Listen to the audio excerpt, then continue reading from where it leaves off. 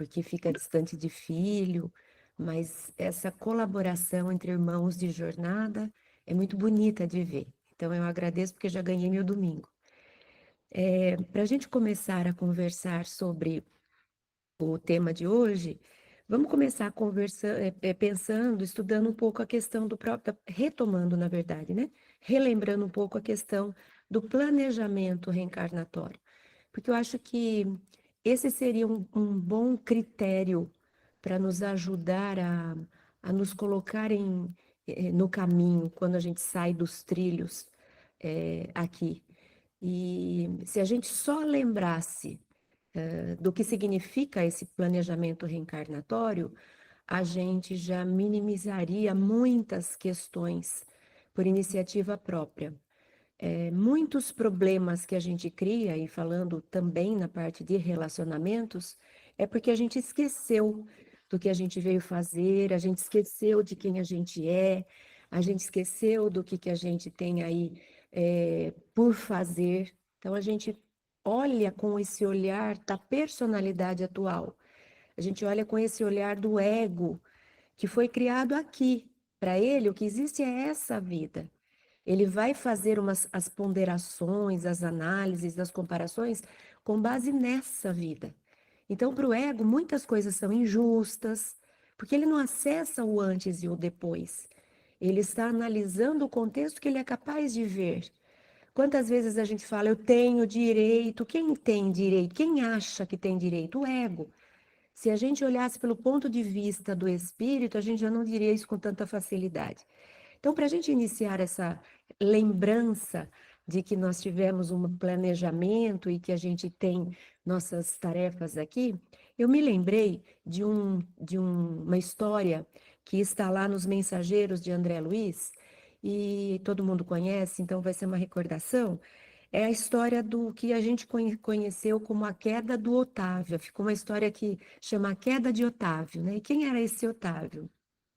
Otávio vivia no nosso lar e ele tinha grandes compromissos, compromissos tão grandes que para ele poder acelerar o seu progresso e não precisar ficar aqui centenas de vidas dando conta dos tantos compromissos, Deus ofereceu para ele a possibilidade dele fazer uma grande tarefa. Essa tarefa, ela impactaria a população do planeta. Então, ele seria capaz com a ajuda da espiritualidade, impactar o mundo. Então, os seus frutos seriam muito grandes. E aí conseguiria compensar o tanto de perturbações, tribulações que ele precisaria enfrentar pelos desvios enormes do passado. Então, imagina uma tarefa que vai impactar um planeta. Não é uma tarefa fácil, simples, então precisou de uma elaboração grande do plano espiritual. Os benfeitores se uniram e planejaram com riqueza de detalhes. Essa preparação, ela demorou no plano espiritual 30 anos, fazendo todas as amarrações, criando todas as condições para que o plano pudesse ser executado. Então, por 30 anos no plano espiritual, os benfeitores estiveram trabalhando numa reencarnação de uma pessoa, tentando ajudá-la a cobrir a multidão dos seus pecados. Para esse plano, esse espírito Otávio, ele reencarnaria e ele executaria a função de médium para a humanidade. Ele seria esse mediador. Então, ele traria explicações, ele acalentaria corações sofridos, ele mostraria a amplitude da vida, a transcendência do que tem além da matéria. Ele cuidaria de toda uma população mundial. Para ele fazer isso, já que ele não tinha, ele não viria como um missionário no sentido daqueles que descem das altitudes espirituais e que já tem uma estrutura pessoal que dá conta de desafios. Otávio não. Otávio estava no processo evolutivo, ou seja, ele tinha muitas questões, ele tinha muita fragilidade ainda em termos espirituais. Então ele precisava de ajuda. Aí 6 entidades amigas dele, e com o interesse de servir à humanidade, se voluntariaram para acompanhá-lo. Eram 6 como se fossem anjos para a gente, porque essas 6 entidades não precisariam vir, não tinham problema, expiações, elas vinham realmente como assistentes de suporte, de estímulo, de orientação, de direcionamento para o Otávio. Otávio teria então 6 espíritos que seriam como seus protetores na Terra, os seus orientadores, os seus estimuladores que ajudariam ele na tarefa. Teria muito sacrifício no começo, para ele ir, né? Então, no começo, para exercitar e criar musculatura, ele precisaria se sacrificar. Mas assim que ele vencesse esses sacrifícios que o ajudariam a se fortalecer, as facilidades começariam a chegar, os recursos começariam a chegar até serem fartos, até virem a ser fartos. Ele não poderia se comprometer com o matrimônio, porque a gente não consegue fazer duas coisas muito bem. A gente tem sempre uma coisa que a gente se dedica muito, depois a gente vai, na medida do possível, lidando com as outras. Família, como vocês estão estudando, é o nosso primeiro compromisso. Então, quando a gente se vincula a uma família, ela passa a ser responsabilidade prioritária na nossa vida, quando a gente é pai, quando a gente é mãe, quando a gente aceita ser essa figura representativa de outros que dependem da gente. Então, isso passa a ser a nossa primeira obrigação, nossa primeira missão. Então, ele não entraria para isso para que ele pudesse ser do mundo, ele seria um cidadão do mundo, ele não poderia ficar vinculado num círculo pequeno. E assim foi feito. Então, aqui já dá para a gente ter uma ideia, quando a gente fala de planejamento reencarnatório, as pessoas, né, as pessoas que estão começando no Espiritismo costumam fazer essas perguntas. Mas até que ponto a gente planeja? A gente planeja tudo, tipo, o nome que a gente vai ter, qual idade que a gente vai casar, quantos filhos a gente vai ter, e o nome dos filhos, e se a gente vai morar em tal lugar. O que que se planeja? Em que nível que se planeja? E aí a gente sabe que, em linhas gerais, a gente tem o específico e a gente tem algo que é geral. O planejamento é geral. Nós não entramos nesse nível de detalhes, porque senão a gente não respeitaria tanto o livre-arbítrio. Livre-arbítrio precisa ser, um tanto nosso precisa ser espontâneo. Um tanto nosso não é a vida trazendo, afastando.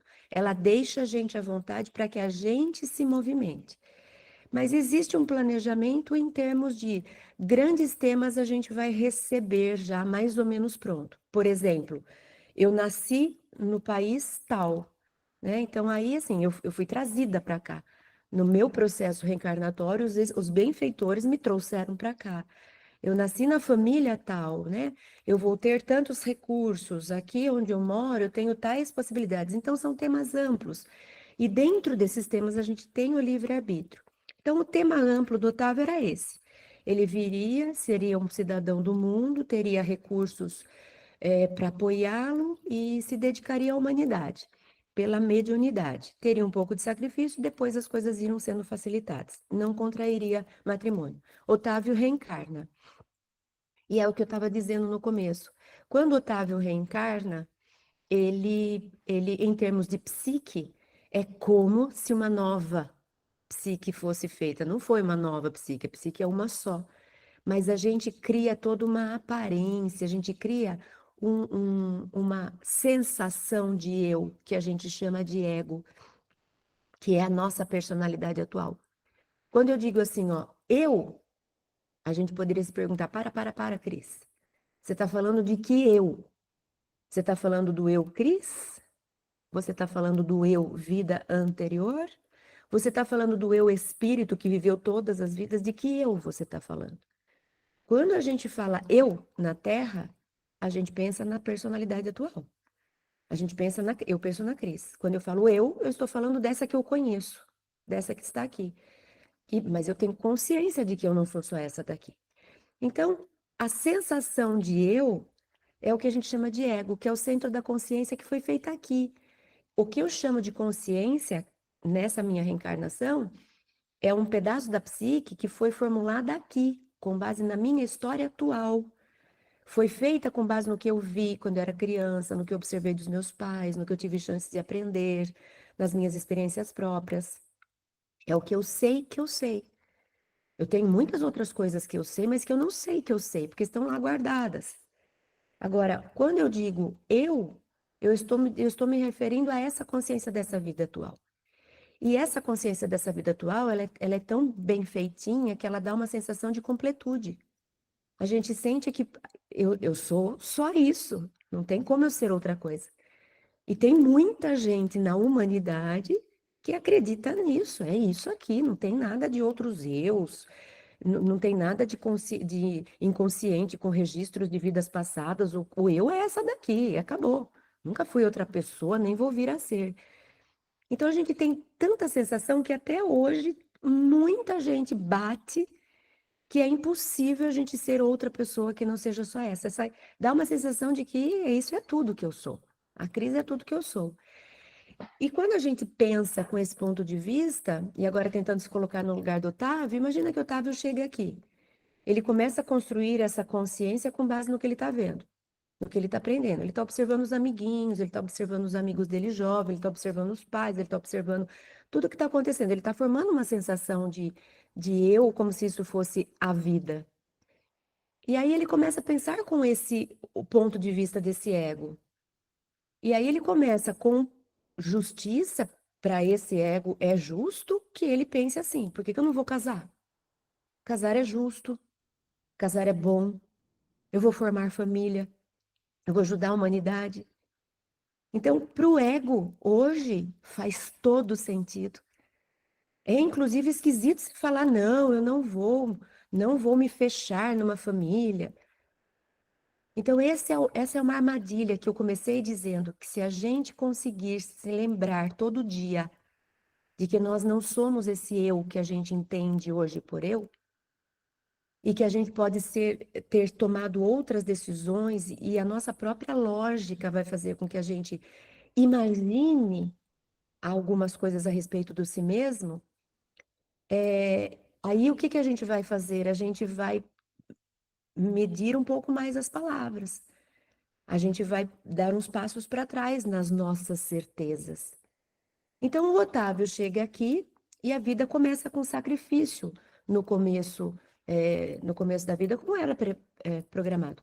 Mas vejam, o Otávio era médium, e era médium desses bem expansivos, que se comunicava com os espíritos como se eles fossem encarnados. Então, o Otávio teve essa facilidade dos espíritos irem alertando. É lógico que os espíritos não falavam abertamente, senão engoliriam o seu livre-arbítrio. Mas os espíritos davam intuição, inspiravam, alertavam. E aí, resumindo, para não tomar mais tempo do que eu já tomei, o Otávio teve uma infância difícil porque a mãe dele morreu, o pai contraiu segundas núpcias, e a mãe já veio com os filhos, se eu não me engano, e junto com o pai teve mais outros, que totalizaram, adivinha quanto? 6. Então ele tinha 6 irmãos menores, e o pai morre. Então essa segunda esposa fica sozinha e pede ajuda para ele. Então, o que que ele deveria ter feito? Acolhido esses 6 como se fossem seus filhos, cuidado dessa família.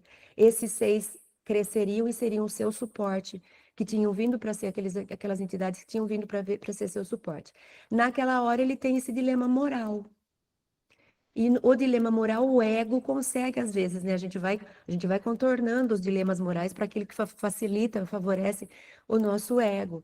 Então, às vezes, eu faço isso ou aquilo. Às vezes é difícil, mas o ego dá uma tendenciada para um que é mais confortável. Então, ele tinha esse dilema moral. Ele encontrou uma mulher por quem ele se apaixonou, e foi uma paixão dessas que são sensoriais e muito do envolvimento da própria espiritualidade inferior para atrapalhá-lo. Ele abriu as suas anteninhas por meio de um conflito moral que era que estava relacionado à parte sexual, à parte de relacionamento. Então ali foi afetada, ali deu o plug.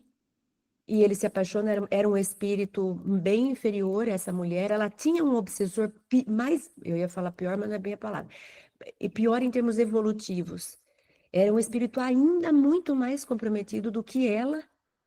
E aí ele fica: sigo minha vida, caso com essa mulher, ou não, fico cuidando dos filhos do meu pai. Aí o ego resolveu: filho do meu pai não é meu. O problema é dele e é dela, ela que se vire. Abandona os seis e se casa com essa mulher e recebe o obsessor dela como filho.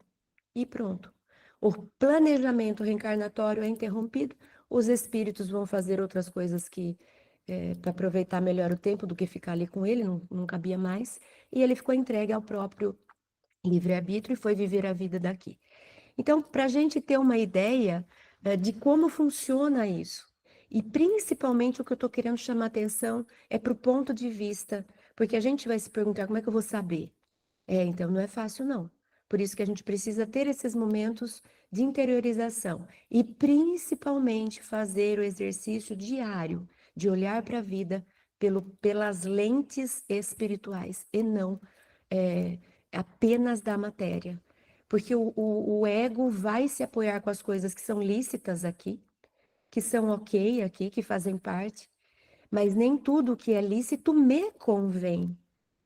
Como o matrimônio era lícito e não convinha ao Otávio. Então, não é simples a nossa tarefa de identificar o que nos cabe, porque não é apenas o exercício lógico que o ego faz. Casar é bonito, receber um filho é bonito, então eu vou me casar e vou receber um filho. Tudo bem.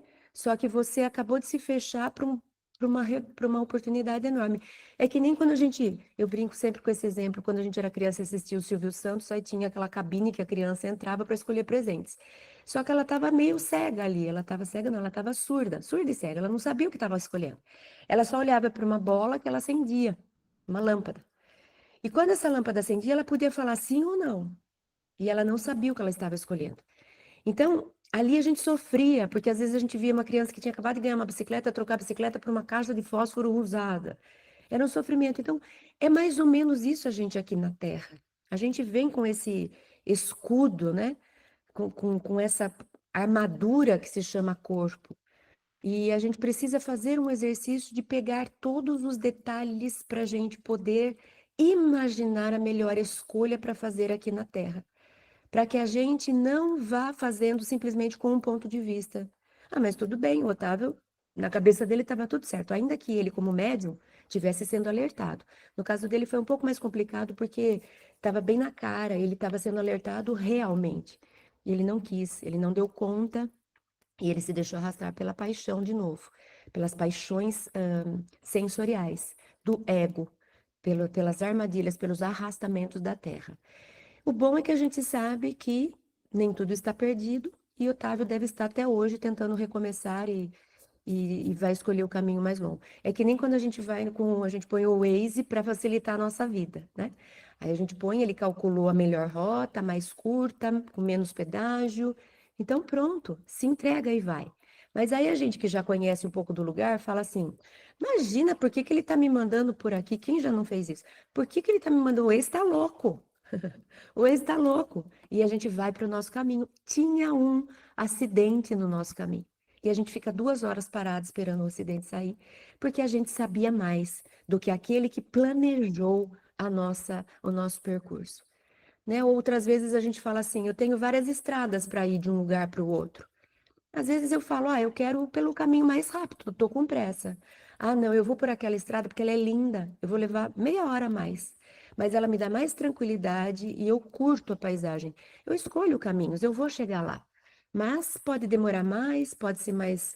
Eu posso curtir mais, eu posso curtir menos. Assim é o planejamento. Existe um plano, existe um planejador, né? Como se fosse um Waze máximo, que é a espiritualidade superior que olhou todas as possibilidades, caminhos e planejou uma condição melhor de todas, aquela que vai ser mais produtiva, mais curta, menos sofrida. E aí, ou eu tenho as antenas para poder me colocar em condição de ser direcionada e ir podendo fazer as escolhas, né? O meu computador saiu, pronto. Ou então eu, ou então eu acabo escolhendo a por minha conta e corro o risco de ter que arcar com as consequências das escolhas que eu fiz, já que eu quis abrir mão daquelas que me foram planejadas com mais produtividade, competência, cuidado e atenção. Aí eu trouxe algumas questões. Eu tô com vocês ainda, né, gente? Porque meu computador deu uma paradinha aqui. Tá Tá sim. sim. Tá bom, obrigada.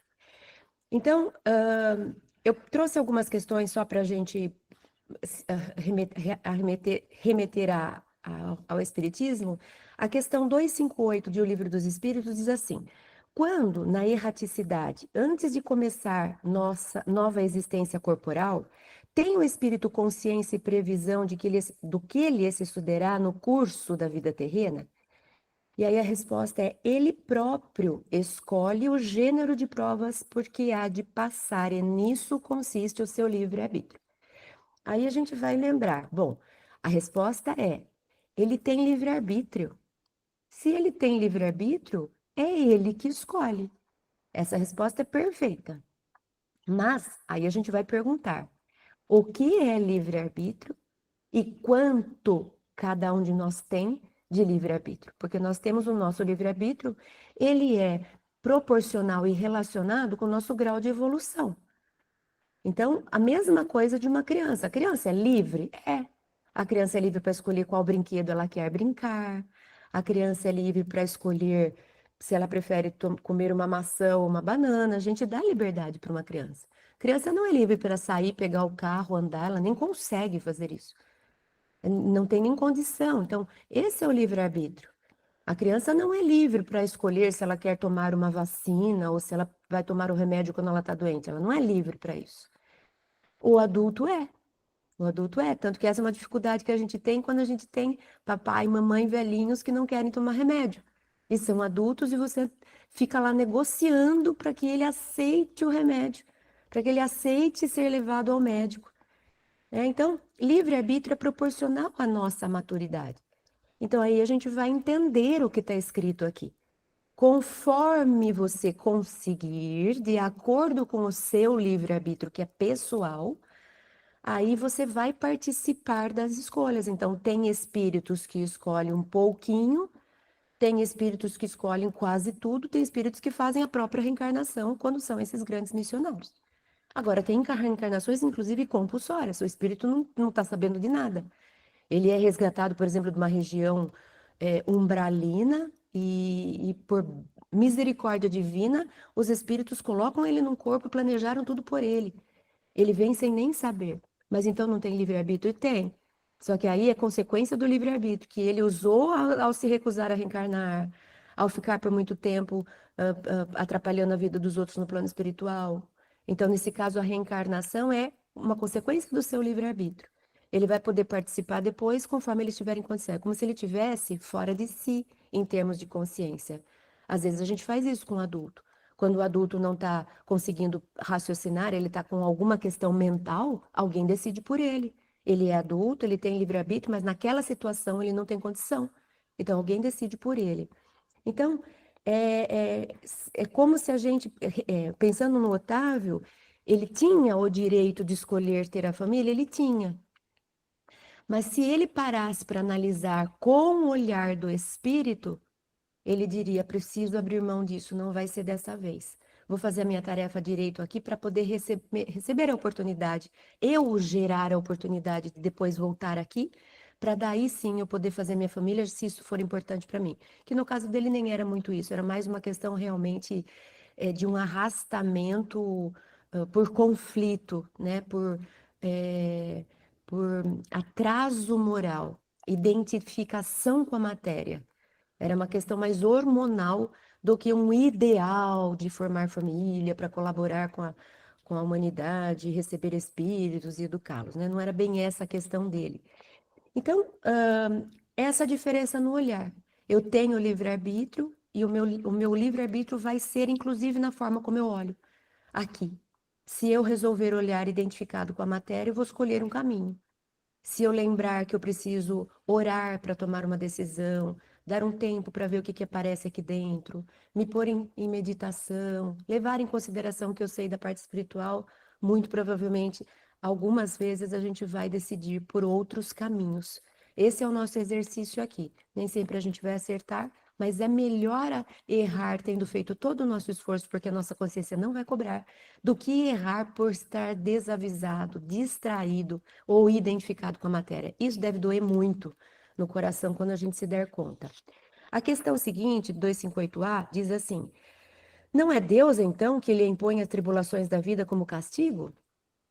A resposta: nada ocorre sem a permissão de Deus, porquanto foi Deus que estabeleceu todas as leis que regem o universo. E de agora perguntar por que ele decretou esta e não aquela lei. Dando ao Espírito a liberdade de escolher, Deus lhe deixa a inteira responsabilidade de seus atos e das consequências que eles tiverem. Nada lhe estorva o futuro. Aberto, se lhe acham assim, o caminho do bem como do mal. Se vier a sucumbir, restar-lhe-á a consolação de que nem tudo se acabou, e que a bondade divina lhe concede a liberdade de recomeçar o que foi mal feito. Então, aqui eu destaco dois pontos que é importante a gente pensar. Nós contamos com a justiça divina, que garante justiça. O mundo é perfeito, não tem uma folha que caia de uma árvore sem que haja um planejamento para essa folha cair. Então, nós temos justiça divina, ninguém está passando pelo que não deve, nada do que a gente viva de forma sacrificial vai ser perdido, vai sempre ser elemento para a nossa evolução, ninguém está esquecido, então, justiça divina é uma coisa, né? Misericórdia divina é outra coisa. A misericórdia divina é aquilo que a gente recebe além do que é justo. É aquilo que a gente recebe mais do que até deveria. Renato, só me orienta se a gente vai trocar enquanto a gente está conversando, porque se alguém levanta a mão, ou se vai... Foi sim. Pode Pode continuar. continuar. Tá bom, vai ser para o final, né? Então, justiça divina garante que a gente não vai ser passado para trás, esquecido, não. A gente vai ter perfeitamente, numa riqueza de detalhes, tudo que nos cabe. Misericórdia divina significa Deus vai oferecer alguns bônus na sua vida, porque Ele ama. E se Ele entender que cabe, Ele vai te oferecer alguns bônus, algumas facilitações, algumas ajudas, alguns recursos. Mas essas duas coisas, elas estão concatenadas. E a justiça sempre prepondera. A justiça, no sentido de manter a perfeição do universo, nunca pode ser quebrada. Então, a misericórdia divina nunca vai se sobrepor a algo que é justo. A misericórdia divina, ela se encaixa perfeitamente, sem modificar o caminho que a justiça coloca. A gente vê isso em Jesus, quando a gente diz, Jesus não curou todo mundo. Nem todo mundo podia ser curado, porque a justiça divina não permitia naquele momento a intercessão por essa misericórdia. E algumas vezes, sim, algumas vezes cabe dentro da justiça a misericórdia, né? Então, a misericórdia, ela reorganiza nosso planejamento. Otávio fez tudo errado, e aí quer dizer o quê? Quer dizer que o Otávio, para ir de um lugar para o outro, que ele poderia levar 40 minutos, ele vai levar 4 meses. Mas ele vai chegar. Ele vai levar 4 anos. Ele vai levar 4 vidas. Mas ele vai chegar. Então, existe essa ajuda. Otávio fez tudo errado. Otávio jogou no lixo o tempo, o amor, a dedicação de tantas entidades. E aí? Aí agora a vida do Otávio vai ser um buraco negro? Não vai, não vai. De novo vai haver outra interferência, outro replanejamento. Então, sempre a gente vai ser atendido. Só que aí de acordo com a situação, com o nosso cuidado. Aqui na Terra é assim. Às vezes você tá, por exemplo, vamos criar um exemplo bobo. Eu estou com uma dúvida. O meu professor abre uma exceção, fica além do tempo para atender a minha dúvida. Se eu uso mal esse tempo, não presto atenção, estou pouco me lixando, desprezo ele, na próxima vez que eu tiver uma dúvida, ele vai falar o quê para mim? Fica à tarde para a aula de monitoria. Você vai receber ajuda. Tem um monitor lá, que é um estagiário que está cursando o mesmo curso que o seu, só que ele está 2 anos na sua frente. Eu estou aqui com 30 anos de licenciatura e tentei te atender. Você não aproveitou. Não vou te abandonar. Mas agora você vai receber um outro tipo de ajuda que está mais de acordo com o que você, inclusive, está, pelo seu livre-arbítrio, buscando. Né? Então, sempre a gente vai ter essa proteção.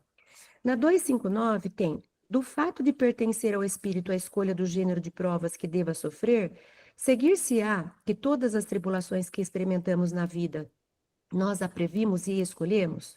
Resposta: todas não, porque não escolhestes e previstes tudo o que vos sucede no mundo, até as mínimas coisas. Escolhestes apenas o gênero das provações.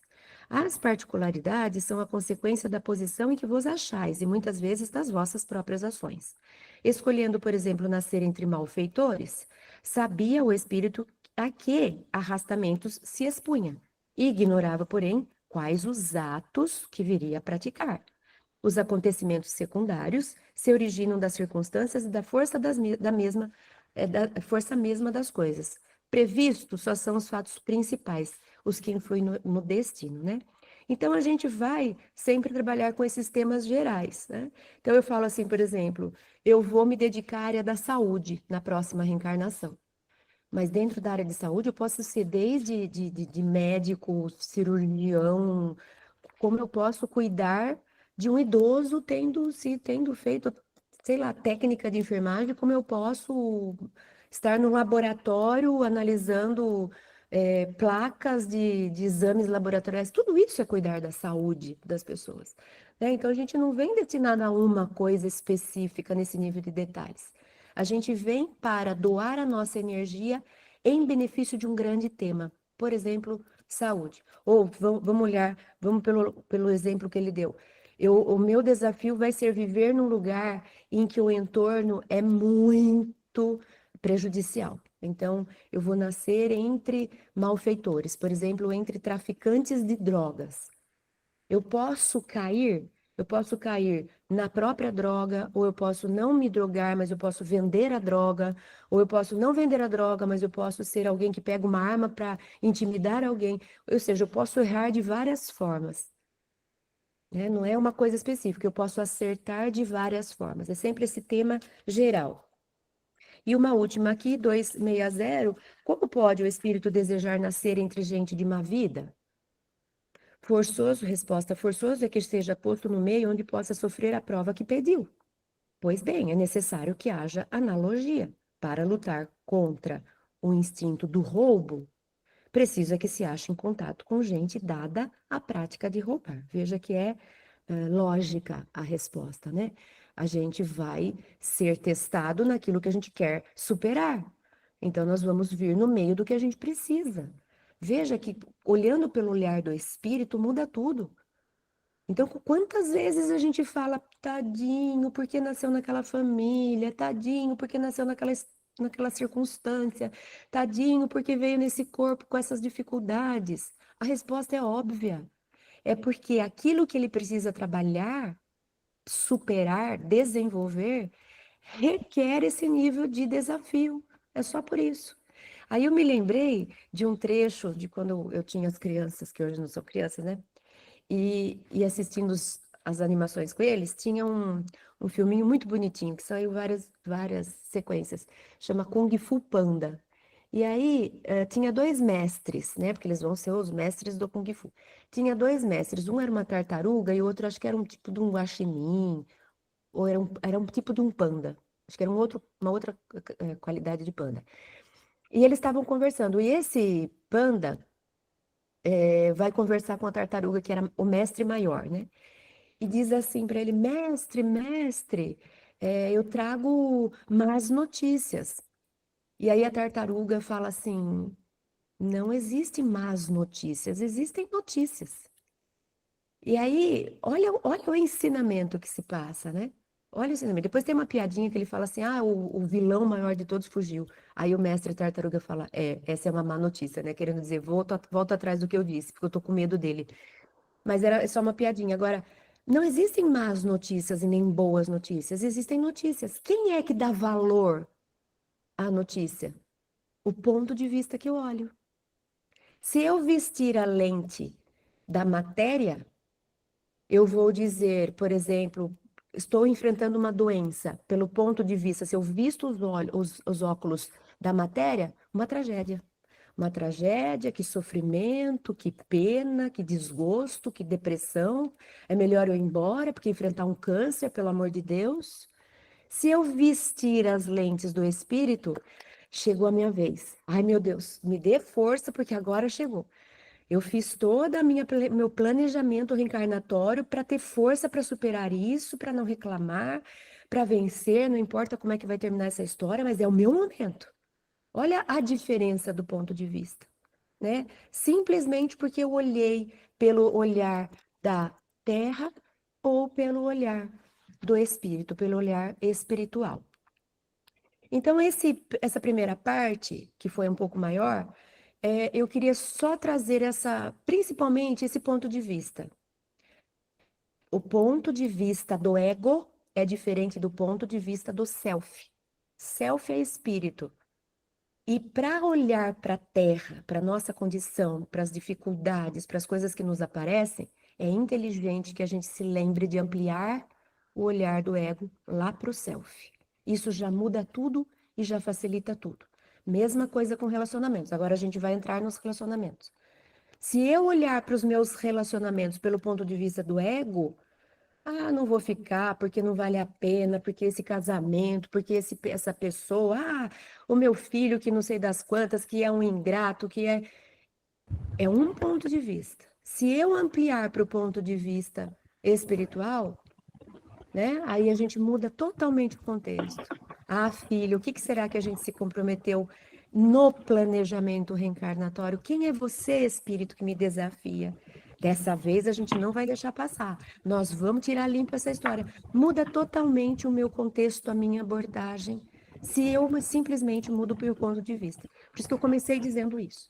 Que se a gente simplesmente olhar pelo ponto de vista do espírito, a gente já reorganiza muito os nossos relacionamentos, simplesmente mudando de óculos, lembrando de mudar de óculos, isso já facilita muito. Quando a gente fala de relacionamentos, e na página lida pelo Renato, a gente falou sobre amor ao próximo como a si mesmo, né? E é a base do relacionamento é essa. E quando a gente pensa no amar ao próximo como a si mesmo, a gente está falando de duas instâncias, né? De duas entidades, de dois entes, o eu e o outro. É isso.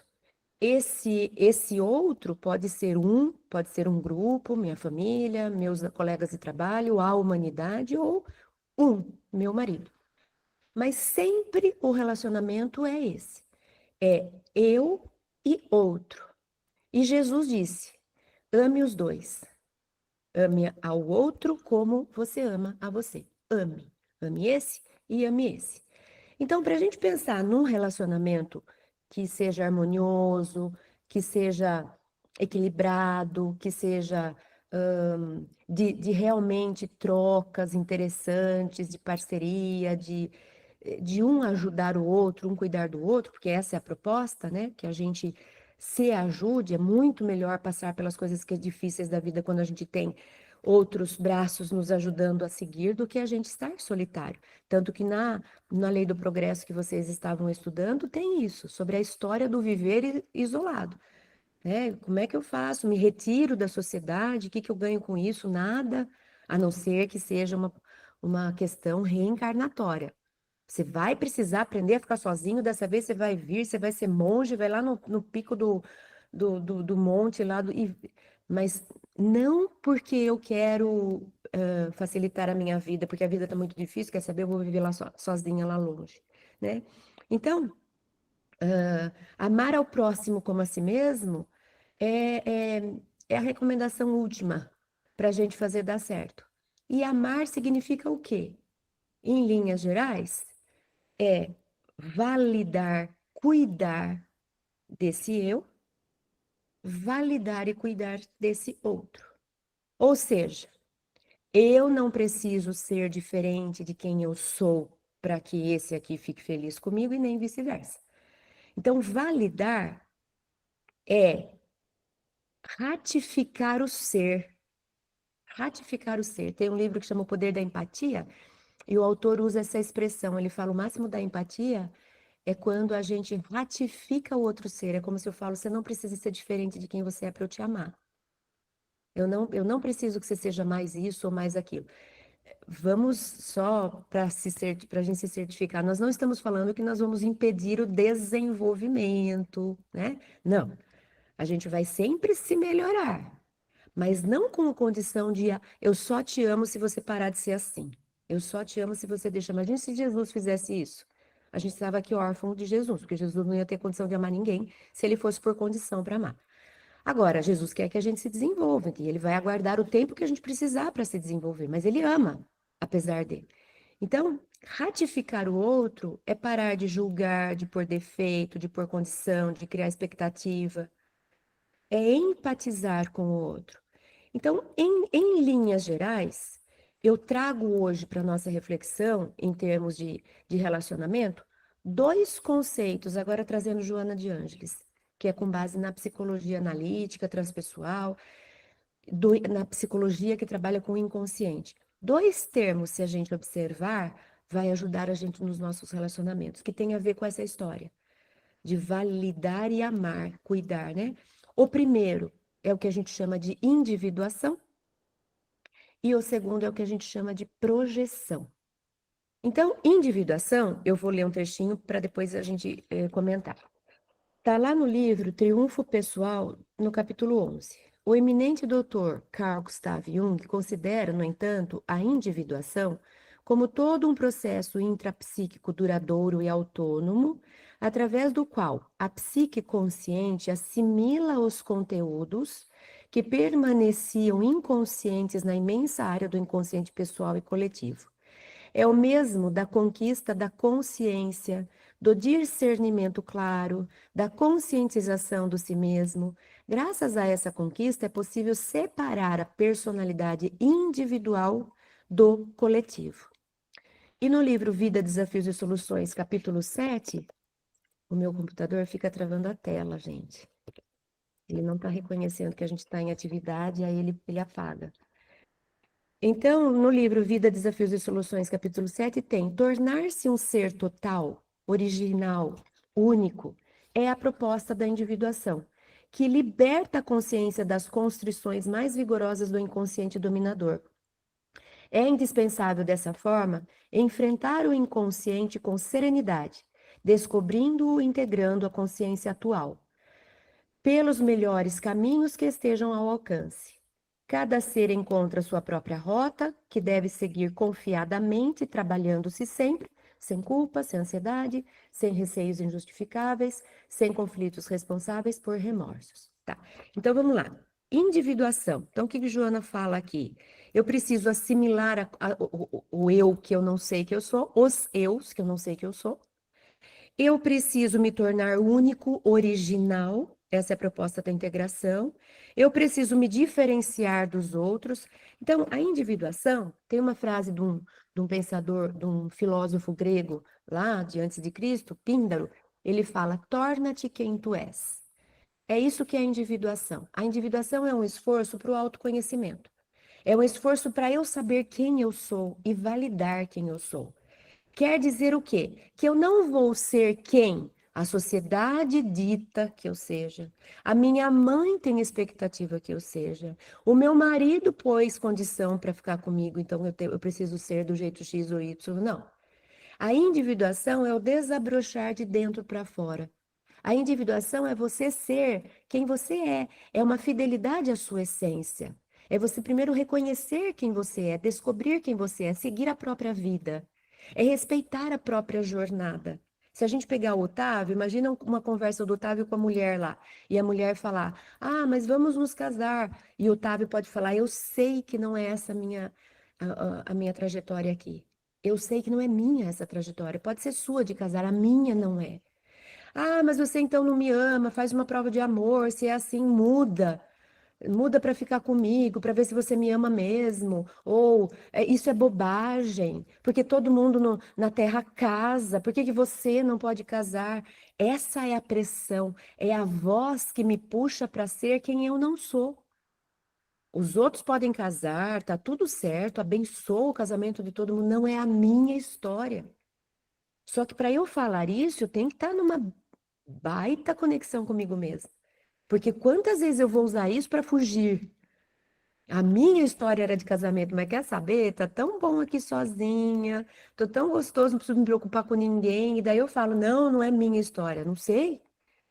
Não sei se você não está fugindo. Então não é simples a nossa tarefa de tentar perceber qual é a nossa tarefa, quem eu sou, qual é a minha essência, ou quais são os meus valores, os meus princípios. Aí eu tenho um princípio, a integridade. Integridade faz parte do meu ser. Aí eu vou trabalhar e no ambiente de trabalho alguém fala: Ah, mas se a gente fizer desse jeito, porque daí vai facilitar para a gente vai ganhar mais, não sei das quantas. Para eles, integridade pode não ser um valor, para mim é. Para mim é. Então, individuação significa eu respeito o meu valor. Ah, mas eles vão me deixar de fora, eu vou pagar um preço. Então, eu vou pagar um preço. Eu preciso escolher qual o preço eu quero. Eu quero pagar o preço de me abandonar, de me trair.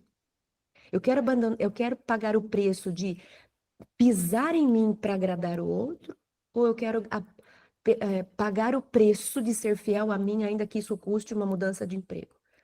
Algum custo vai ter. Algum custo vai ter. Então, individuação é a gente se esforçar para se conhecer. Aí a gente vai fazendo assim, ó, eu vou tirar esse negócio que alguém pôs aqui, que eu não sei quem foi, acho que foi minha mãe que pôs porque ela queria ser bailarina e ela não foi, aí ela ficou me pondo na aula de balé, não tem nada a ver comigo balé. Isso aqui também vai sair, porque isso daqui, na verdade, é a expectativa do que está na moda, porque todo mundo fala que agora tem que ser isso, tem que ser aquilo.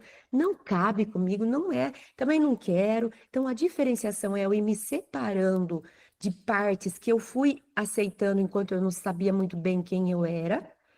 Aí eu fui aceitando, agora chega numa hora em que eu vou me separando. O Jung fala que essa época é a época da meia-vida em que a gente vai. Primeiro a gente sai pegando tudo, sabe? Quando você vai entrando no supermercado e fala assim: ó, você tem 15 minutos, o que você pegar aqui é seu. Aí você entra que nem uma louca pegando tudo que tem direito. Aí a hora que você sai, você chega lá fora, você fala: nossa, gente, eu peguei coisas aqui que eu não tenho nem para que usar. Peguei um monte de ração de cachorro que eu não tenho cachorro. Então eu vou separando, diferenciar é o que sou eu e o que é o outro. Isso é a individuação. Quanto mais eu invisto na individuação, mais eu invisto no relacionamento. Por quê? Porque quando eu invisto na individuação, eu projeto menos no outro. A gente entra agora na projeção. Projeção, no Ser Consciente, capítulo 2, tem. O atormentado fixa a sua identidade na necessidade do que denomina amor e projeta-se inconscientemente sobre aquele que diz amar, impondo-se com sofreguidão irrefreável ou acalentando intimamente a realização do que anela em terrível desarmonia interior. Quanto mais aspira e frui, mais exige e sofre. Se não logra a realização, mais se decompõe, perdendo ou matando, com raios venenosos da mente em desalinho, as defesas imunológicas e a vibração da harmonia mental, logo tombando nos estados enfermiços. Em outro trecho, no capítulo seguinte do Ser Consciente, capítulo 3, outras vezes expressam-se como forma de transferência. E a necessidade de culpar outrem aturde o paciente, que se apresenta sempre na condição de vítima, buscando fora de si as razões que lhe justifiquem as ocorrências mínimas ou máximas que o desagradem. Quando ele não encontra um responsável próximo e direto, apela para a figura do abstrato coletivo, sociedade, governo, Deus. Então, projeção é assim. Quando eu não sei quem eu sou, quando eu não assumo o que eu fiz, quando eu não tenho essa maturidade para manter para sustentar a minha vida, eu preciso projetar em outros. Eu preciso de outros para taparem buraco, para receberem culpa. Então, se eu sou madura, me conheço e eu percebi um erro, eu pego para mim esse erro. Ai, já sei o que eu fiz. Tá tudo certo. Eu não me sinto nem envergonhada, eu não preciso esconder dos outros, eu errei, mas deixa que isso aqui pode deixar que eu vou consertar. Existe tranquilidade nisso. Sou eu comigo mesma. Se eu sou imatura, não me conheço e tenho uma imagem de mim de uma pessoa que não erra, ou seja, eu não sei me ver direito, eu crio uma imagem de mim que é fantasiosa e eu não erro, de repente eu me dou com um erro, o que que eu faço? Corre pôr no colo de alguém. Tanto que a gente faz piada com isso. A culpa é minha, eu ponho ela em quem eu quiser. E a gente faz isso. Isso é projeção. Projeção é eu atribuir aos outros o que eu não gosto de mim, em mim mesma. Aquilo que eu não gostaria de ser, ao invés de ir para um caminho de individuação e aceitar que é e trabalhar para deixar de ser se não quiser ser, eu me distancio e encapsulo isso e jogo para o outro. Então eu projeto no outro. Tanto aquela parte que eu não gosto de mim, é o outro que é, não sou eu, quanto a parte que me falta. Aí eu percebo que eu tenho deficiência em alguma coisa, não levo jeito por uma coisa, tenho insegurança. Ao invés de eu desenvolver para vir a ser, eu empresto de alguém. Então eu uso o outro. Esse outro que eu falei no começo, que eu preciso, ele preciso validá-lo e eu preciso amá-lo, não. Eu não valido ele, porque eu fico atribuindo coisas para ele que não é dele, são minhas. Sabe aquela frase também que a gente usa, sábia, no senso comum? Quando João fala de José, João fala muito mais de João do que de José. Isso é projeção. A gente enxerga no outro o que a gente tem, o que a gente carrega. Pode até ser que o outro tenha? Pode, para dar a liga, né? Pode para dar a liga. Mas pode ser que não, pode ser que seja só meu. E eu estou vendo no outro. Quando eu falo eu estou vendo no outro, na verdade eu estou jogando, eu projeto nele. Eu atribuo a ele o que deveria trazer para si. Então, eu uso o outro. Ora, eu uso o outro para ser o meu bode expiatório, para receber tudo o que é ruim a ele que fez. E ora, eu me sirvo do outro para ele me dar aquilo que eu não tenho, a parte que me falta. Então, a gente gera uma relação de dependência ou de codependência. Então, o outro que está comigo, se dá errado, a culpa é dele. Eu sou a coitadinha, porque ninguém aguenta esse marido, porque com ele é sempre assim, porque eu sou sempre a que não sei das quantas, e a gente fica nessa ladainha como se a gente fosse um perfeito, e o outro é tudo que tá de ruim no casamento é o outro que tá fazendo, não sou eu. E ora a gente não deixa ele ter vida própria, porque a gente precisa roubar dele um pedaço da vida dele, porque a gente não tem. Então a gente se sente insegura, e aí eu preciso, mas e você não vai, ai, sozinha? Ah, não, né? Eu vou pedir para o meu marido ir comigo. Então, assim, eu não sustento uma vida minha. Aí eu preciso roubar, emprestar, me apropriar do que não é meu. Aí ocorre o quê? Uma mistura. Esse eu com esse outro, eles não estão bem definidos. Não tem um eu e um outro. Esse eu valido, ele é quem ele é. Esse eu valido, eu ratifico, ele é quem ele é. Né? Agora, por amor, a gente troca, a gente doa e recebe, a gente faz parcerias, a gente ouve e fala. Não. É uma coisa amalgamada. Eu não sei o que é meu e o que é dele, o que é meu eu projeto nele, o que é dele eu pego para mim porque eu não consigo fazer sozinha. E a gente vive, ninguém vive bem assim. Ninguém vive bem assim. Cadê a diferenciação? Cadê a individuação? Cadê o eu e o outro?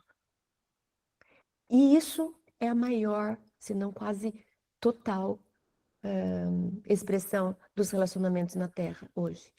Quem é que a gente pode falar? Eu vejo uma pessoa que é bem individuada nesse sentido de sabe bem quem é, o outro sabe bem quem é, respeitam, tem escuta empática, não fica atribuindo no outro para o outro o que não é dele, não fica se apropriando com chantaginha. Se você não for comigo, então não vou. Né? Não, tá bem, eu dou conta de mim, eu me cuido, mas eu quero trocar com você, me faz bem trocar. Quantos relacionamentos a gente vê assim? Que tem essa liberdade para o outro. Você não precisa ser do jeito X ou Y. Eu amo você. Eu gosto de estar com você, a gente bate papo. Por quê? Porque as minhas necessidades, quem supre sou eu. Não quer dizer que a gente não se ajude, porque eu não preciso fazer tudo sozinha. Agora, eu não preciso dele. Se ele não tiver, eu faço. Mas já que ele tá, eu ajudo ele aqui, ele me ajuda ali, e a gente faz as parcerias e as trocas. Então, o relacionamento do amar ao próximo como a si mesmo, ele precisa de que exista a individuação, que os dois invistam no seu desenvolvimento individual, se reconhecendo, se apropriando, se comprometendo com o próprio autodesenvolvimento, porque ao fazer isso, eu exijo menos do outro e eu projeto menos no outro. Aí a gente vai sendo mais livres para trocar realmente de graça esse amor, sem ser com expectativa, com condição, com chantagem. É realmente algo espontâneo, que é o amor de Jesus por nós. Ele nos ama, ele nos oferece, ele nos cuida, ele nos protege, porque ele não depende da gente. Jesus, ele está bem onde ele está. Então, esse é o nosso modelo que a gente deve seguir. Então, quanto mais a gente investir no autoconhecimento, no desenvolvimento pessoal, mais a gente contribui para bons relacionamentos. A pessoa que tem mais maturidade emocional, psicológica, espiritual, é a pessoa que tem melhores e mais saudáveis relacionamentos.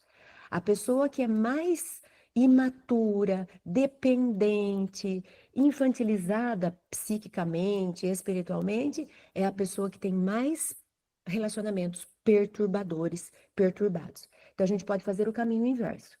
Quanto mais relacionamentos estranhos, esquisitos, mais necessidade de autoconhecimento. Porque sou eu que estou gerando esses relacionamentos. Se os meus relacionamentos estão sempre na base da chantagem, da ameaça, da briga, da disputa, eu não estou bem. Eu não estou bem. Porque eu estou projetando, eu estou dependendo, não. Então, vou investir em mim, eu vou me desenvolver. Porque daí eu vou abrindo mão. Eu vou me diferenciando. Aí o relacionamento entra porque eu quero, não porque eu preciso, não porque eu tenho medo, não porque se eu ficar sem. Enfim, era o texto que eu tinha preparado para a gente conversar, para eu trazer, e agora estou à disposição. Se ficou um pouco complicado, ou confuso, ou difícil, eu estou aqui para a gente poder conversar um pouquinho. Muito Muito, obrigado, querido. foi Foi excepcional. Você vai excepcional. Você vai dificultar o seu seu microfone. microfone. Não dá. Não dá. Peraí. Peraí. É, foi, foi excepcional, foi muito bom. E aí eu queria deixar aberto as pessoas aqui do grupo. A Cris não deu esse tempo e nos deixou aberto para fazer perguntas, para a gente conversar. Fiquem todos à vontade. Ângela? Aí podem ir levantando a mão que a gente vai falando na sequência. Muito prazer, Cris, e muito obrigada por todo o seu esclarecimento. Eu assim, gostei muito de ver todas as duas partes que você colocou, foi muito enriquecedor para mim. E a segunda parte, a gente percebe que a gente que tem um pouco mais de idade, aquela história que a gente foi ensinada, só que a gente vai percebendo isso com terapia e com a idade, né? E com a doutrina, que a individuação é necessária. Porque a gente foi criada assim, a partir de agora, nós dois somos um só. E isso é a maior falsidade que existe, porque duas pessoas completamente diferentes não podem ser uma só. E é pernicioso quando a gente se sente na obrigação de fazer aquilo, até a gente perceber que está fazendo mal e tomar uma outra atitude com essas ajudas que eu coloquei. Na primeira parte, eu gostaria de salientar o seguinte: eu acho assim, quando se trata da gente, a gente tem assim uma visão da doutrina e da programação encarnatória bem colocada. Eu estou passando por um momento assim difícil, mas está sendo muito enriquecedor para mim, mas muito mesmo. Eu tenho aprendido muita coisa. Tenho certeza que foi a oportunidade que eu tive de cumprir alguma coisa de melhora no meu plano, entendeu? Mas isso eu tenho uma dificuldade muito grande, todo mundo aí do centro sabe. E para mim isso é fácil. Agora, por exemplo, com as pessoas que eu amo é complicado, principalmente com o filho, o neto, com o jovem. Parece que a minha fé é menor que o meu apego, e isso me angustia um pouco, entendeu? Então, eu não sei muitas vezes o que fazer, fico um pouco angustiada, ao invés de aceitar essa limitação, entendeu? Ângela, muito obrigada pela sua contribuição, as duas. Vamos começar dessa primeira parte. Eu achei ótima a sua fala, vou até incorporar a minha quando eu for falar na próxima vez, dessa história de que daqui vocês serão um, né? Que está lá na Bíblia. E, e veja, é tudo uma questão de interpretação, porque de alguma forma a gente vai criar um uno. Esse uno é o casal. Então, vocês vão ser um casal. Não são dois casais, é um casal. O casal é um. Então, a partir de agora, vocês vão ser um casal. Então, é um olhar para a direção. Porque imagina se tiver dois olhares. Eu quero direcionar a minha vida para cá, meu marido quer direcionar a vida para lá. Nós vamos seguir caminhos separados. Então, em muitas instâncias, precisa ser um. Mas a nossa interpretação é que foi falha. Alguém em algum momento falou: não, a partir de agora anula a pessoa e passa a ser, e ainda mais conveniente é a mulher que se encaixa, porque também tem lá nas Sagradas Escrituras, o próprio apóstolo Paulo não ajudou muito a gente com isso, e colocando que é o homem a cabeça, a mulher que tem que se encaixar. De novo, era muito mais questão cultural aquilo. E existe até um componente que a gente pode pensar que é arquetípico, que é o homem é o arquétipo do ânimos, ele é o arquétipo do guerreiro, do que sai, da força, do que vence, do que luta, do que vai para fora. Porque a humanidade, em termos de evolução, desde a primeira vez que um ser humano pisou na Terra até hoje, a função do masculino é esse. Por isso que o corpo do masculino é mais apropriado para esses enfrentamentos fora.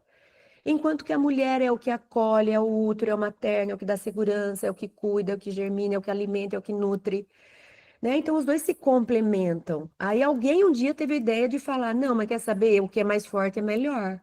E aí, a partir daí, a mulher que teve que se submeter. Então, como se fosse assim, a gente não entendeu bem essa parte ainda, né? Agora nós estamos começando a entender.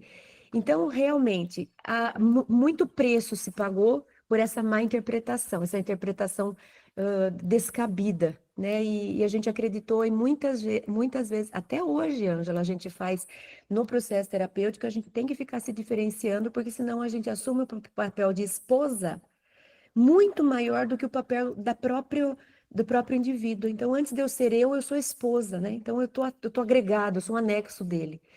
Então, muito bem colocado, precisamos vigiar, porque tá enraizado profundamente na psique. Isso vem dessa sociedade patriarcal que tem dezenas de milhares de anos sendo cultuada no nosso psiquismo. E quando você fala que você tem a fé, que você acredita, mas que quando toca mais na pele, o negócio fica difícil, é muita honestidade e é a realidade do nosso grau de evolução. É a realidade. Então, não quer dizer nada isso, só quer dizer que é como se eu falasse assim para você. Eu comecei a fazer academia ontem. Não tenho músculo. Então, você começou a academia ontem, né? Aí nós vamos esperar um mês, 2 meses, daqui tipo uns 3 anos a gente avalia se você vai ter o tanto de músculo que você quer ter. Só que se você parar de ir na academia porque você achar que não está adiantando nada você ir, porque você não está vendo nenhum músculo, você nunca vai ter aquele músculo grandão daqui 6 meses, um ano. Então, às vezes eu brinco, né, quando eu estou conversando com alguém, ó, só por hoje. Aguenta só por hoje. Não está fazendo sentido. E tá sendo eu estou sendo falso, eu acho que é uma coisa. Não, você está fazendo o que a razão está te dizendo que é o Espiritismo te ensinou, então vai.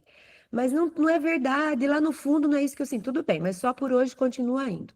Porque a gente está desenvolvendo.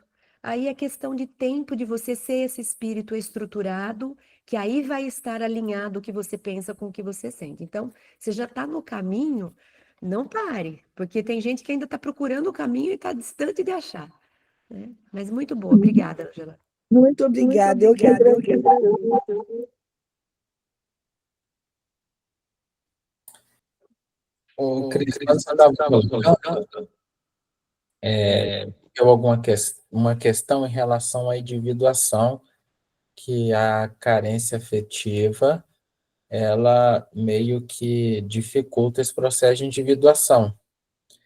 Aí, o que eu queria te perguntar? como, como vencer essa questão da carência afetiva, não se perder nessas coisas do ego, porque o que eu fui entendendo é que o ego ele é sempre carente, né?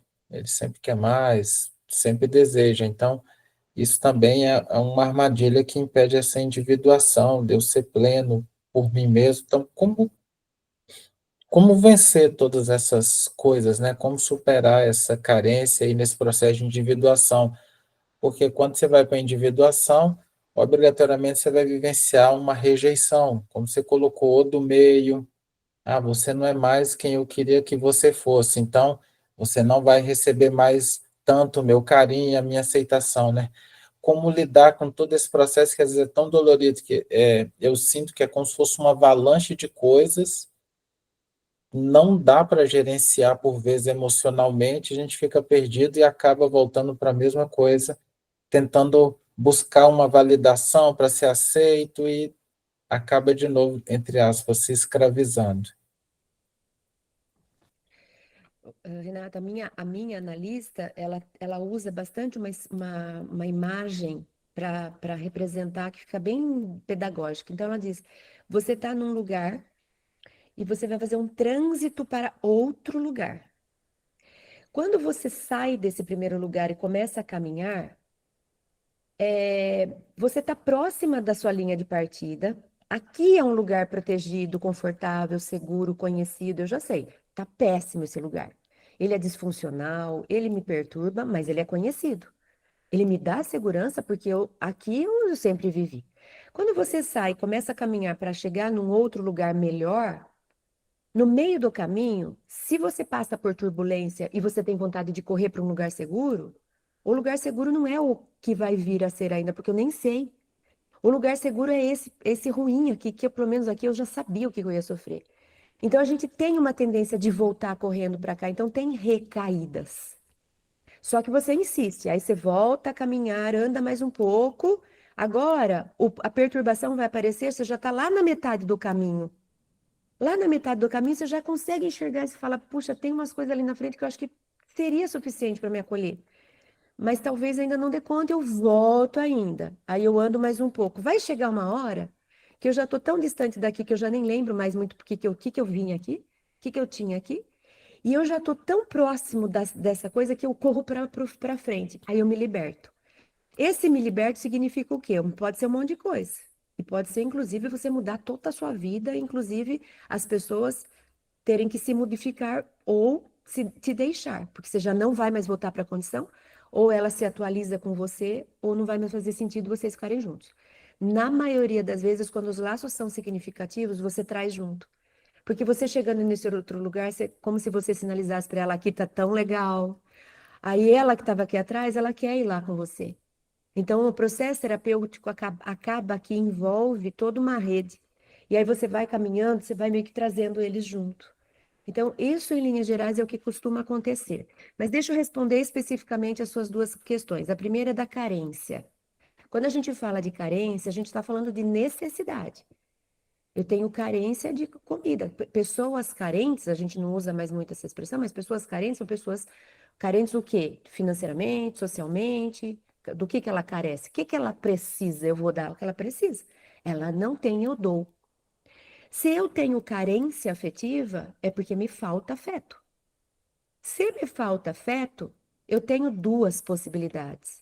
Eu tenho uma possibilidade que é ir pedir para o outro me dar, mas aí é uma possibilidade condicional, como se eu fosse fazer uma transação. Aí a minha consciência me cobra, porque afinal de contas eu estou pedindo para ele me dar uma parte que me falta, então nada mais justo que eu dê alguma coisa em troca. E aí vira esse relacionamento horrível que a gente tem, que a gente costuma ter. Eu tenho carência e me sujeito a. Aí você pega relacionamentos violentos, você pergunta para, por exemplo, a mulher, que normalmente é a vítima, mais comumente é a vítima, e você pergunta: por que que você fica recebendo a violência? Porque em troca da violência eu recebo também o que eu careço. Ah, ele me dá um teto, ah, ele me dá comida. Então, aquilo que eu careço, eu aceito negociar. E para eu quebrar essa dinâmica, ela tem que se suprir por si.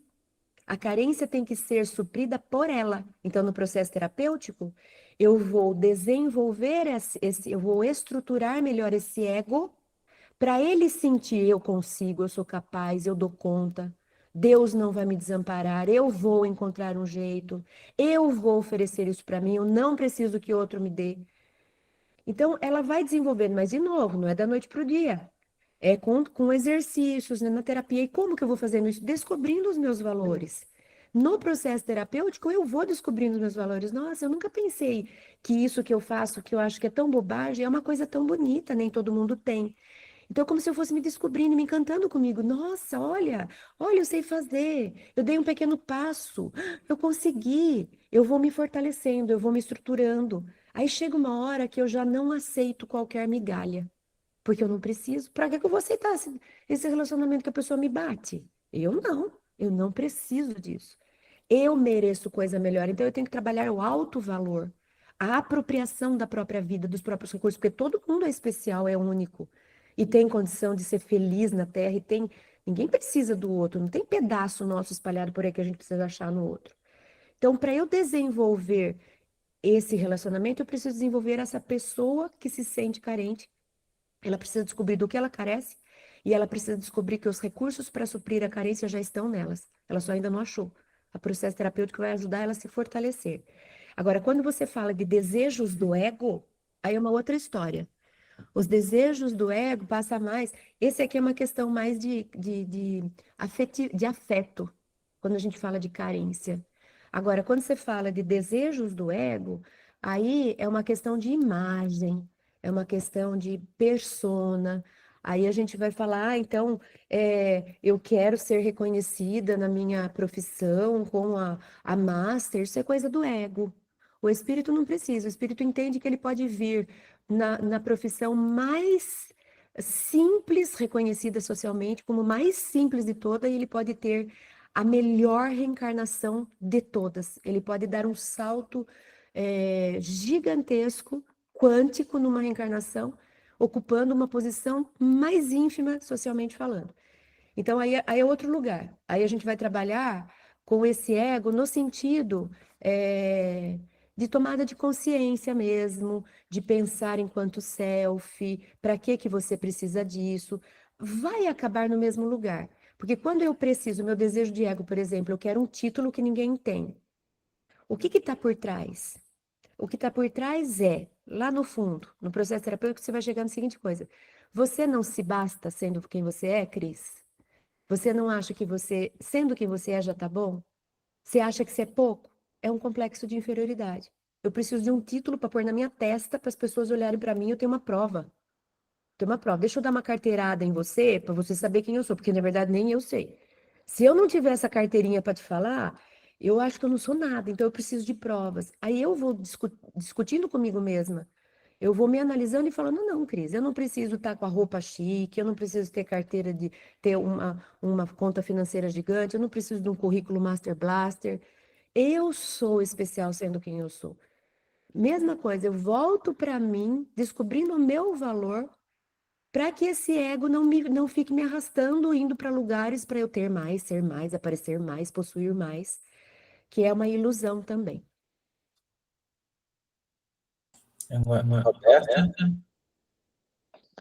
Eu ia fazer uma pergunta, mas a Cris, obrigada, Cris, foi muito bom, assim, muito começar o domingo dessa forma, que para mim já quase terminando o domingo, mas muito bom. Eu ia fazer uma pergunta, mas você já acabou respondendo, que era sobre dicas práticas, né, para a gente reconhecer quanto que a gente está entrando nessas ciladas do ego. Mas aí eu posso perguntar, será que eu entendi direito? Às vezes a gente transforma as nossas relações espirituais em relações comerciais quase, né? Onde a gente só entra para troca de vantagens e a gente vai se perdendo da gente mesmo, do nosso objetivo existencial, enfim. Acho que foi isso que eu consegui tirar. Obrigada.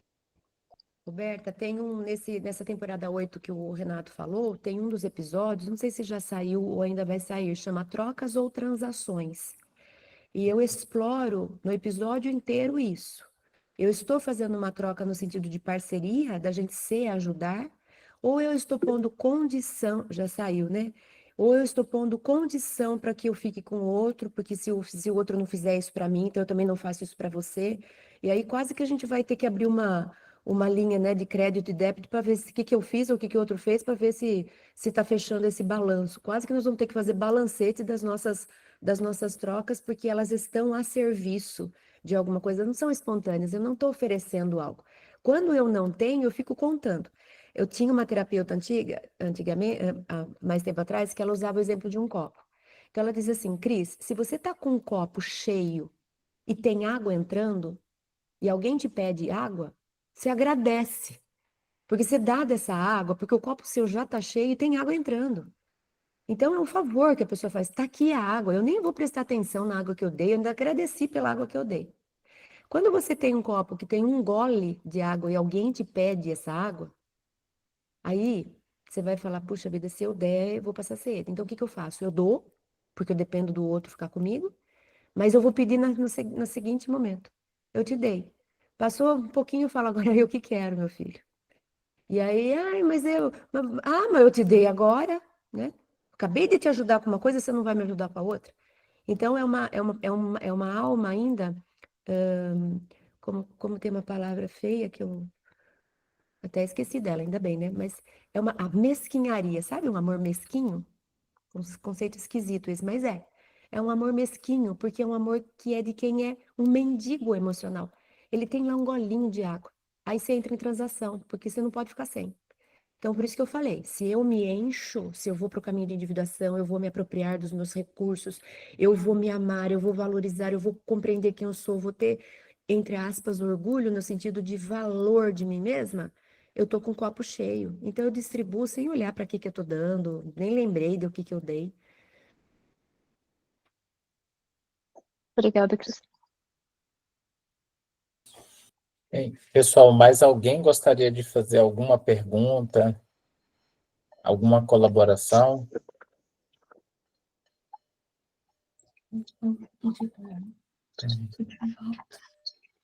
Tem mais alguém?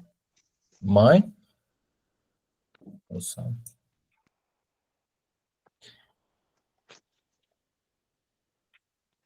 Eu acho que não. Então, Carol, você Não, vai?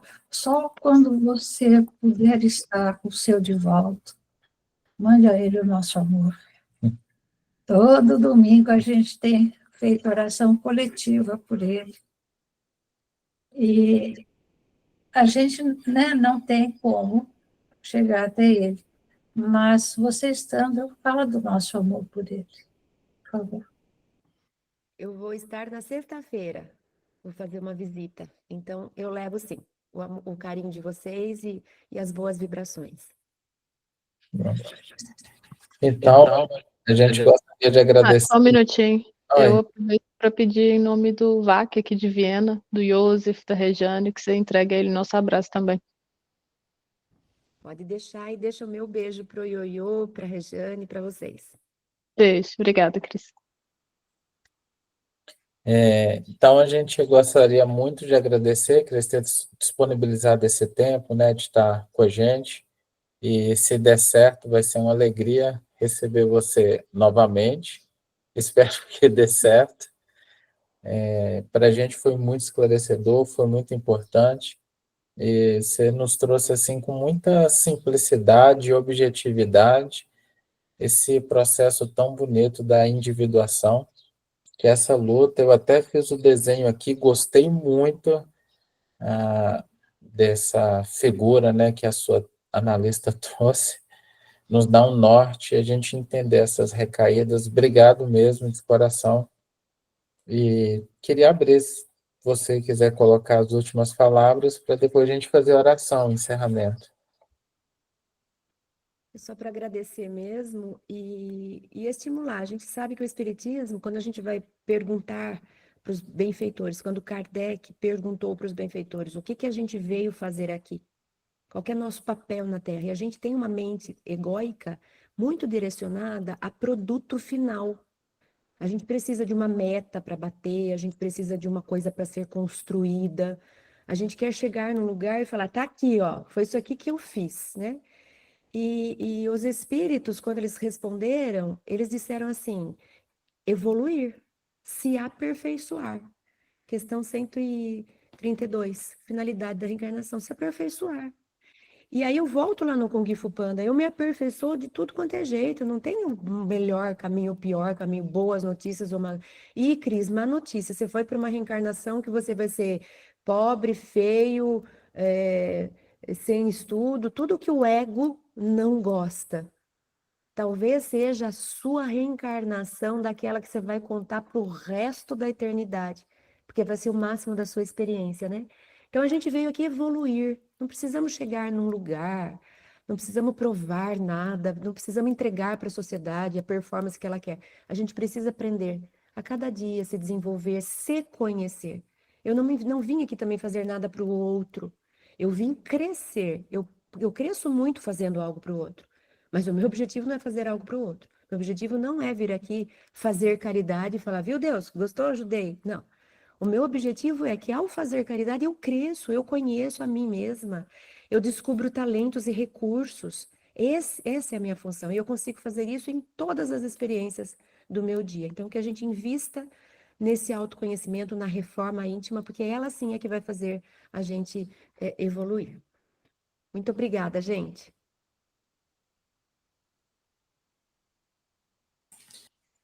Então, encerrando mais esse domingo de estudos, nós vamos convidando a todos para fecharem os olhos. Amado Mestre Jesus, que alegria podermos estar aqui reunidos, refletindo sobre as verdades divinas e eternas.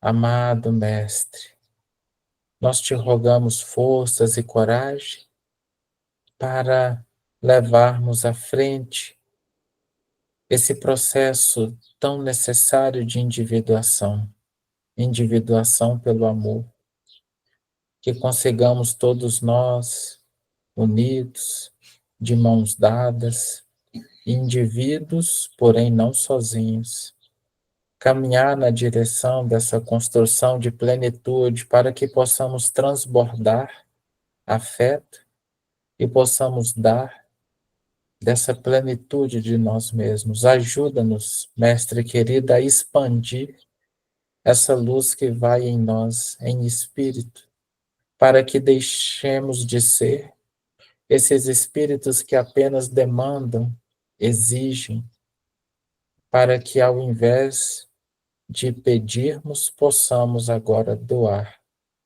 Ajuda-nos na construção dessa plenitude, Jesus, para que sejamos sempre postos de serviço, de amor, e sejamos fonte de água fresca a alimentar e a balsamizar os corações de todos aqueles que se achegam perto de nós. Mestre querido, Mãe Santíssima, nós rogamos a Ti que possa recair sobre a Cris bênçãos do Teu afeto, que ela seja envolta no manto azul da Tua paz, como uma representação da nossa gratidão por esse tempo doado, mas que, acima de tudo, ela possa continuar tendo forças para levar o Evangelho a tantos corações, mantendo-se firme nessa tarefa abençoada de esclarecer pelo amor. Mestre amado, todos nós aqui reunidos, nós gostaríamos de, unindo as nossas vibrações, disponibilizar os nossos fluidos mais sinceros, as nossas emanações vibratórias mais puras e de amor, para que elas possam ser empregadas em benefício do nosso querido, amado irmão Divaldo, que tanto deu de si nessa luta bendita de espargir os ensinamentos do Cristo. Que essas energias possam ser carreadas e que a espiritualidade maior possa utilizá-la conforme as necessidades e os desejos maiores. Assim, agradecemos por mais esse dia de estudo e que as bênçãos do mais alto possam recair sobre todos nós, e que hoje, doravante, possamos estabelecer uma conexão mais profunda com os amigos espirituais responsáveis pelo nosso planejamento encarnatório, para que dia a dia, passo a passo, consigamos clarear em espírito, vencendo o ego, qual o caminho a seguir. Que tenhamos todos um ótimo domingo de paz e de harmonia e uma semana de lutas e oportunidades para construirmos virtudes em nós. Que assim seja. Que assim seja. Um ótimo domingo a todos, gente. Mais uma vez, obrigado, Cris, e um bom dia. Obrigada, gente. Bom domingo. Dia.